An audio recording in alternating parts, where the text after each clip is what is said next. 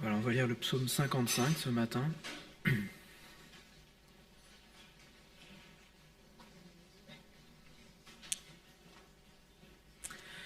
Psaume 55. Au chef de chœur, avec instrument à cordes, poème de David. Dieu, prête l'oreille à ma prière et ne te dérobe pas à ma supplication. Sois attentif à mon égard et réponds-moi. J'erre çà et là en soupirant et je m'agite à cause de la voix de l'ennemi et en face de l'oppression du méchant. Car ils font s'abattre sur moi le malheur et avec colère ils m'accusent. Mon cœur tremble au-dedans de moi et les terreurs de la mort tombent sur moi. La crainte et l'épouvante m'assaillent et un frémissement m'enveloppe. Je dis, qui me donnera des ailes comme à la colombe? Je m'envolerai et je trouverai une demeure. Voici, je fuirai bien loin, et j'irai séjourner au désert. Je m'échapperai en toute hâte, plus rapide que le vent impétueux, que la tempête. Supprime, Seigneur, divise leur langue, car je vois dans la ville la violence et les querelles. Elles en font jour et nuit le tour sur les murailles. L'injustice et l'iniquité sont au milieu d'elles. Au milieu d'elles, il n'y a que ruine. La fraude et la ruse ne quittent pas ses places, car ce n'est pas un ennemi qui me déshonore, je le supporterai. Ce n'est pas celui qui me hait qui s'élève contre moi, je me cacherai de lui. C'est toi, un homme comme moi, mon confident, toi que je connais bien. Ensemble nous vivions dans une douce intimité, nous allions avec la foule à la maison de Dieu, ou alors ça se traduit aussi, nous allions avec enthousiasme à la maison de Dieu, que la mort les surprenne, qu'ils descendent vivants au séjour des morts, car la méchanceté est sur leur passage au milieu d'eux. Et moi, je crie à Dieu, et l'Éternel me sauvera. Le soir, le matin et à midi, je soupire et je gémis, et il a entendu ma voix. Par la paix, il a libéré ma vie de la guerre qu'il me faisait, lorsqu'en nombre il se tenait contre moi. Dieu entendra et les humiliera, lui qui depuis toujours siège sur son trône. Car il n'y a point en eux de changement, ils ne craignent pas Dieu. Il porte les mains sur ceux qui étaient en paix avec lui, il profane son alliance, sa bouche est plus douce que la crème, mais la guerre est dans son cœur. Ses paroles sont plus onctueuses que l'huile, mais ce sont des épées dégainées. Remets ton sort à l'Éternel, et il te soutiendra. Il ne laissera jamais chanceler le juste. Et toi, Dieu, tu les feras descendre au fond du gouffre. Les hommes de sang et de ruse n'atteindront pas la moitié de leur jour, mais moi, je me confie en toi. C'est un psaume de David qui nous parle de la trahison et de la difficulté que ça suscite dans le cœur d'un croyant. Et il n'y a pas de contexte qui est précisé, mais il y a beaucoup de ressemblances avec ce que David a vécu à l'époque où son fils Absalom s'est révolté contre lui. Son fils l'a trahi, et avec son fils, de nombreux hommes se sont éloignés de lui, et en particulier un de ses conseillers, qui avait une sagesse énorme, mais qui a suivi Absalom dans sa révolte. Et David a été trahi par ses proches dans cette affaire. Et on voit la description de tout ce que la trahison va entraîner. C'est quelque chose qui est douloureux. Et le roi David est épouvanté, il tremble, les terreurs de la mort tombent sur lui, il est tout tremblant au-dedans de lui. Et c'est vrai que quand on est trahi, on ne sait plus comment se tenir, on ne sait plus comment vivre, parce que quand un proche trahit, c'est quelque chose qui est douloureux. Et David a juste envie de fuir. Qui me donnera des ailes comme à la colombe? Je m'envolerai, je trouverai une demeure. Voici, je fuirai bien loin, j'irai séjourner au désert. je m'échapperai en toute hâte, plus rapide que le vent impétueux, que la tempête.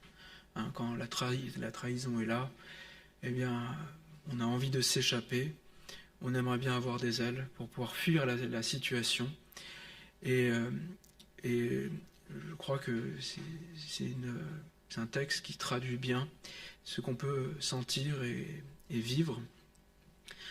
Et David, en fait, est encore plus mal parce qu'en fait, celui qui l'a trahi, eh bien, c'est quelqu'un qui connaissait de près. Hein. C'était un homme comme lui, un homme de sa valeur, de son rang, et quelqu'un de proche avec qui il avait l'habitude d'aller à la maison de l'Éternel. Et donc il y a toute cette description de ce que c'est la trahison, des sentiments que ça peut provoquer, de la douleur de voir quelqu'un qui était proche s'éloigner, et aussi de ce scandale pour le cœur et pour l'âme, de voir au plus proche la trahison. Il parle aussi du trouble que ça amène dans la ville. Hein, la ville, c'était l'endroit où on était protégé par les murailles et où normalement, sur les places, eh bien, on discute, on est en paix. Hein. C'est un peu l'image qu'on peut voir. Vous allez à Anduze, les gens sont sur la place, ils discutent, ils rigolent, ils sont en paix. Hein. Donc une ville fortifiée, c'est ça. C'est une ville qui est protégée par des murailles et qui est entourée, qui est protégée. Et au milieu de la ville, sur les places, eh bien, on est en paix. Et quand il y a la trahison, eh bien, d'un coup, tout s'effondre. Hein. Il n'y a plus de paix, il n'y a plus de protection à cause des murailles, parce que le danger est à l'intérieur, et sur les places, eh bien, c'est plus la joie, c'est plus l'insouciance, mais c'est dramatique. Et on voit que face à ça, eh bien, David se tourne vers le Seigneur. Il crie à Dieu, il l'implore, et il dit le soir, le matin, à midi, je soupire, je gémis. Hein. Face à la menace, face à la trahison, eh bien, la réaction de David, c'est de se tourner vers le Seigneur, de crier à lui, et pas un peu, c'est tout le temps. Hein. Le soir, le matin, à midi. Donc à chaque instant de la journée, se tourner vers le Seigneur pour demander sa grâce et son intervention. Parce que dans la trahison, et on le voit dans le texte, eh bien, il y a quelque chose de terrible, parce qu'il peut y avoir des paroles qui sont douces, qui sont amicales, et au fond, eh bien, c'est comme des épées dégainées. C'est du reste qu'on voit hein, quand Absalom trahit David, eh bien, il se met à l'entrée de la ville et il dit des paroles qui sont douces. Donc, on pourrait dire, ceux qui l'entendaient ne voyaient pas la révolte, n'entendaient pas la révolte, ils voyaient quelqu'un qui se préoccupait d'eux, qui était gentil, mais au fond, c'en était, et c'était de la trahison. Et la trahison, eh bien, produit tous ces sentiments-là. Hein, ces sentiments mélangés, ça crée un trouble dans le cœur, et on pourrait dire, quand c'est quelqu'un de proche, c'est encore pire, parce qu'il y a tout ça. Donc ça, c'est, on pourrait dire, la description de la trahison, et ça nous aide à mettre des mots sur ce qu'on peut vivre quand on est trahi, parce que, eh bien, on peut reprendre à notre compte cette description-là, et même pour le dire au Seigneur, on peut utiliser ces mots-là. Parce que parfois, quand on est trahi, il n'y a même plus de mots, il y a juste un cri, un pleur qui s'élève vers le Seigneur, mais ces mots-là nous sont donnés pour parler à Dieu et dire ce qu'on vit dans la trahison. Le problème, c'est que, eh bien, parfois, c'est aussi nous les traîtres. Et David, qui a ces mots sur la trahison, qui parle de la trahison comme ça, et qui sait très bien le formuler devant Dieu, eh bien lui aussi a été un traître. Le texte qu'on a vu au début du camp sur son péché, parce qu'il a pris la femme d'un autre. Il n'avait pas pris la femme d'un simple homme, il avait pris la femme d'Ouri.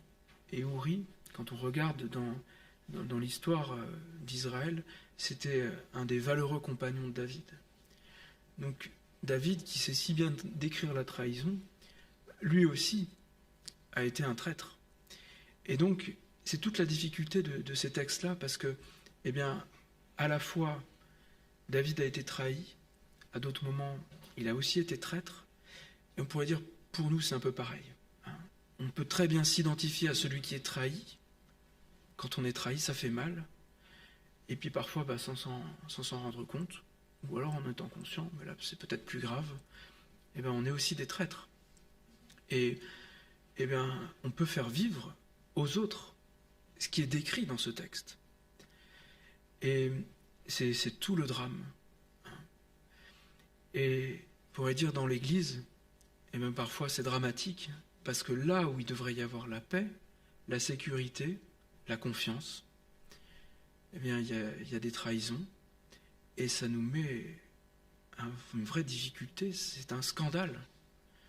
On ne supporte pas, et à raison, c'est cette douleur-là de la trahison. Et on voit que face à la trahison, eh bien, le chemin qui nous est montré, c'est le chemin de la supplication. Le soir, le matin, le midi, je soupire, je gémis.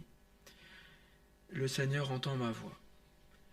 Et le verset 19 m'a interpellé parce qu'il dit « Par la paix, il a libéré ma vie de la guerre qu'il me faisait, lorsqu'en nombre il se tenait contre moi. » Le seul qui peut nous donner la paix, qui peut mettre fin à la guerre, c'est le Seigneur.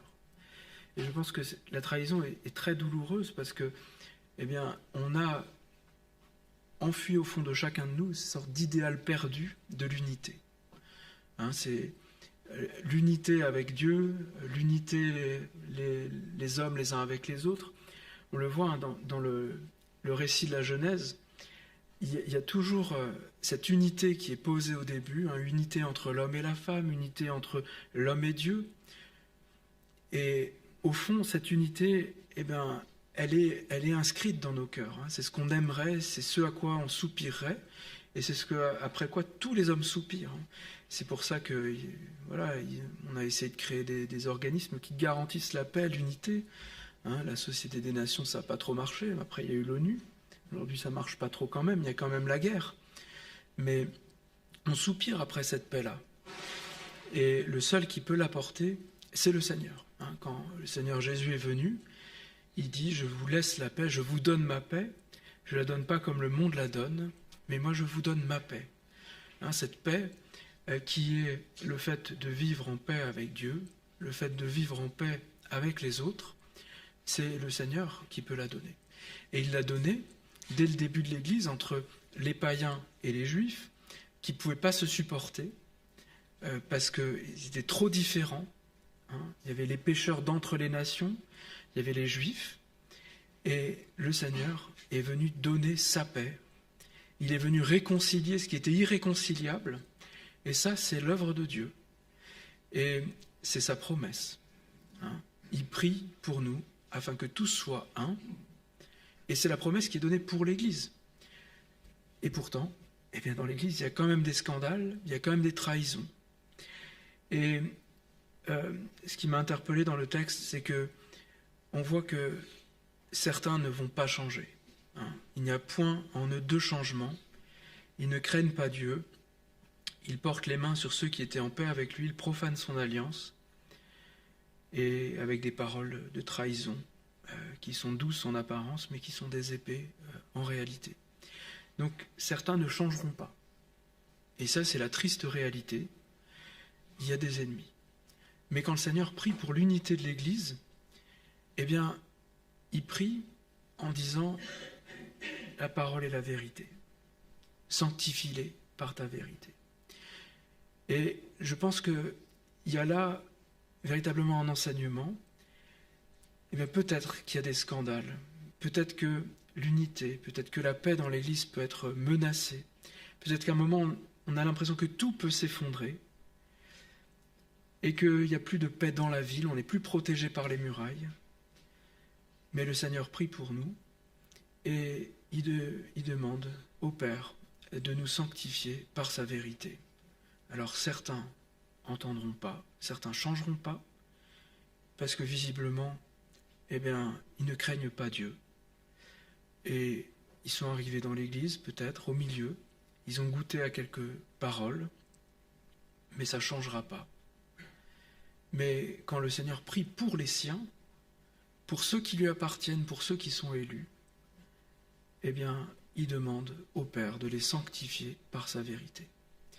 Et c'est pour ça que, pour nous, il y a une véritable espérance par rapport à cette unité, cette communion, et pour que, eh bien, on soit consolé des trahisons, parce qu'un traître peut revenir, et si j'ai trahi, je peux aussi revenir. C'est que la parole nous sanctifie, elle nous conduise dans la vérité, et que, eh bien, on ne soit pas de ceux chez qui il n'y a pas de changement. Et ça, c'est fondamental, c'est la prière du Seigneur, et c'est aussi comme ça qu'on est appelé à prier quand il y a des ruptures dans l'unité, quand il y a des trahisons, qu'il y a des choses qui déshonorent le Seigneur. Eh bien, c'est demander au Seigneur qui nous sanctifie par sa parole et par la vérité. Sanctifie-les par la vérité, ta parole est la vérité. Comme tu m'as envoyé dans le monde, moi aussi je les ai envoyés dans le monde, et moi je me sanctifie moi-même pour eux, afin qu'eux aussi soient sanctifiés dans la vérité. Ce n'est pas pour eux seulement que je prie, mais encore pour ceux qui croiront en moi par leur parole, afin que tous soient un, comme toi, Père, tu es en moi, et moi en toi, qu'eux aussi soient un en nous, afin que le monde croie que tu m'as envoyé. Il y a possibilité de rétablissement, parce que Dieu le fait au départ. C'est lui qui bénit, qui permet de mettre ensemble des hommes de toute langue, de toute nation, qui n'ont rien pour se comprendre, qui n'ont rien pour s'aimer. Il les réconcilie, il leur donne sa paix, et par sa parole, il va nous sanctifier aussi. Et donc, quand il y a scandale, quand il y a trahison, quand soi-même, peut-être, on a trahi, quand les autres ont trahi, eh bien, il y a bien un chemin. C'est de se tourner vers le Seigneur, de prier, de soupirer, de gémir, de demander au Seigneur son intervention, sa grâce, et de nous parler aussi, de nous parler par sa parole de vérité, et qu'on ne reste pas de ceux qui sont insensibles à la parole, à la vérité, et qui continuent obstinément dans leur voie, en disant « j'ai raison, tout le monde a tort », c'est pas possible. Parce que, eh bien, souvent on ne se voit pas, on ne se connaît pas. Alors on se scandalise parfois quand on découvre qui on est, mais le Seigneur sait qui nous sommes. Et il dit à Ésaïe, à propos du peuple, « Eh bien, je te connaissais comme un grand traître, depuis toujours. » Donc ça, c'est comment le Seigneur nous voit et nous connaît. Nous, parfois, on ne sait pas encore qu'on est des traîtres. On ne sait pas encore que, eh bien, on a des difficultés à être en communion avec les autres. Mais le Seigneur, lui, le sait. Il le sait depuis toujours. Et quand il nous a appelés, eh bien, c'est pas parce qu'il a discerné en nous des gens fantastiques qui aiment la vérité, qui aiment l'unité, et qui aiment les autres. Mais c'est qu'il nous a aimés parce qu'il nous a aimés. Il savait qui on était. Il nous connaissait. Il savait qu'on était capable de trahir. Et c'est tout l'amour de Jésus pour ses disciples, pour Pierre. Quand Jésus a appelé Pierre, qu'il a fait de lui, eh bien, une colonne, un chef dans l'Église, eh bien, il savait que Pierre allait le trahir, le renier. Il le savait. Et quand il lui dit, Pierre, ne le crois même pas. C'est pas vrai. Je te trahirai pas. Je renierai pas ton nom. Donc, Jésus savait. Il est Dieu. Il connaît toutes choses. Et quand Dieu nous appelle, il sait exactement qui on est. Il nous connaît chacun, personnellement, dans le détail, jusqu'au fond du cœur. Et donc, quand on est dans des situations de trahison, de rupture, qu'on en est à l'origine, que les autres en sont à l'origine, peut-être, eh bien, on peut s'approcher du Seigneur et lui demander de nous sonder, de nous parler par sa parole de vérité, de nous instruire, et qu'on ne soit pas de ces hommes, comme dont il est question dans le psaume, chez qui il n'y a point de changement, et qui craignent pas Dieu, mais qui continuent à parler avec un discours huilé, crémeux, mais qui en fait ont des épées au fond du cœur. Et le Seigneur est venu pour établir sa paix. Cette paix-là, se fait toujours dans la repentance, dans l'œuvre de Dieu en nous. C'est le Seigneur qui nous sanctifie. Et le fait de retrouver la paix au milieu des murailles, la paix dans l'Église, la paix avec les amis et les frères en Christ, c'est un fruit de l'œuvre du Seigneur. C'est son œuvre à lui. C'est lui qui rétablit la communion, c'est lui qui rétablit l'unité, et ça se fait par sa parole qui sanctifie, qui met à part, qui tranche en nos cœurs et qui nous conduit dans la repentance. Et c'est pour ça, face aux trahisons, je crois que c'est pas la peine de s'indigner, de voir avec dépit que ça ne va pas chez l'autre, tout ce qu'il a fait de mal. On peut le constater, on peut prier avec les paroles du psaume, mais il s'agit de chercher le Seigneur, de crier à lui, de soupirer, de gémir, parce qu'on a la promesse que le Seigneur entend notre voix. Il intercède pour nous et il nous entend, et quand on s'approche de lui, il nous entend, il nous exauce, mais pour ça, il s'agit de se laisser aussi sonder par lui et sanctifier par lui. Cette œuvre-là ne repose pas sur nous, elle repose uniquement sur le Seigneur Jésus-Christ. Et donc il s'agit de se tourner vers lui, de crier à lui et de le chercher tant que c'est nécessaire. Et la promesse est là, remets ton sort à l'Éternel, il te soutiendra, il ne laissera jamais chanceler le juste. Moi, je me confie en toi. C'est ça le chemin qui nous est proposé dans ce psaume. Et David a été rétabli par la suite dans ces conflits avec Absalom, douloureusement, mais il a été rétabli. Et les hommes qui aimaient Dieu se sont ralliés à lui. Et donc, nous, il ne s'agit pas qu'on ait raison et qu'on se rallie à nous quand on est dans un conflit, dans une trahison, mais il est question qu'on se rallie au Seigneur. Parce que les hommes se sont ralliés à David parce qu'il était roi, parce qu'il était cette figure du Seigneur Jésus-Christ dans l'Ancien Testament, qui a annoncé ce royaume de paix, de grâce, et cette protection. Et pour nous, il s'agit de nous rallier au Seigneur Jésus, et de le servir, de fonder sur lui nos vies, et de nous laisser sanctifier par sa parole de vérité. Et quand on l'écoute, on trouve autant de sujets d'humiliation que de sujets de supplication, quant à nous-mêmes, quant aux autres. On peut prier avec les paroles de ces psaumes et dire au Seigneur notre souffrance face à l'épreuve, face à l'échec, face à la trahison.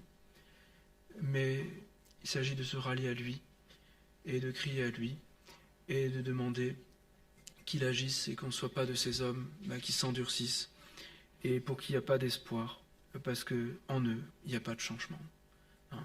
Le changement vient du Seigneur, c'est lui qui nous restaure, qui nous rétablit, et c'est sa parole qui va faire cette œuvre en nous par l'Esprit.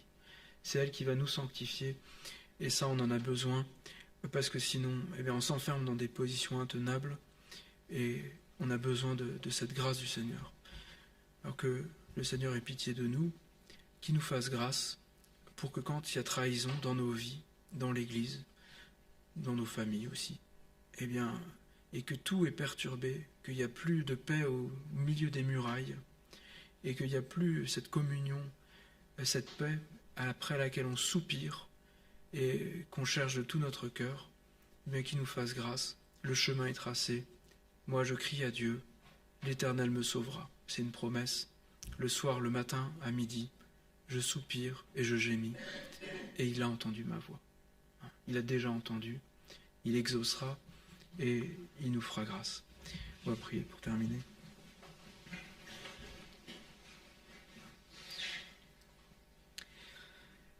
Seigneur, nous te bénissons pour ta parole, parce qu'elle nous parle de ces choses si douloureuses qui nous scandalisent et qui sont pour nous un écueil, un échec. Qu'elles nous permettent de mettre des mots sur des sentiments qu'on a du mal à expliquer parfois. Trahison des proches, trahison des amis, des familles, qui nous font souffrir.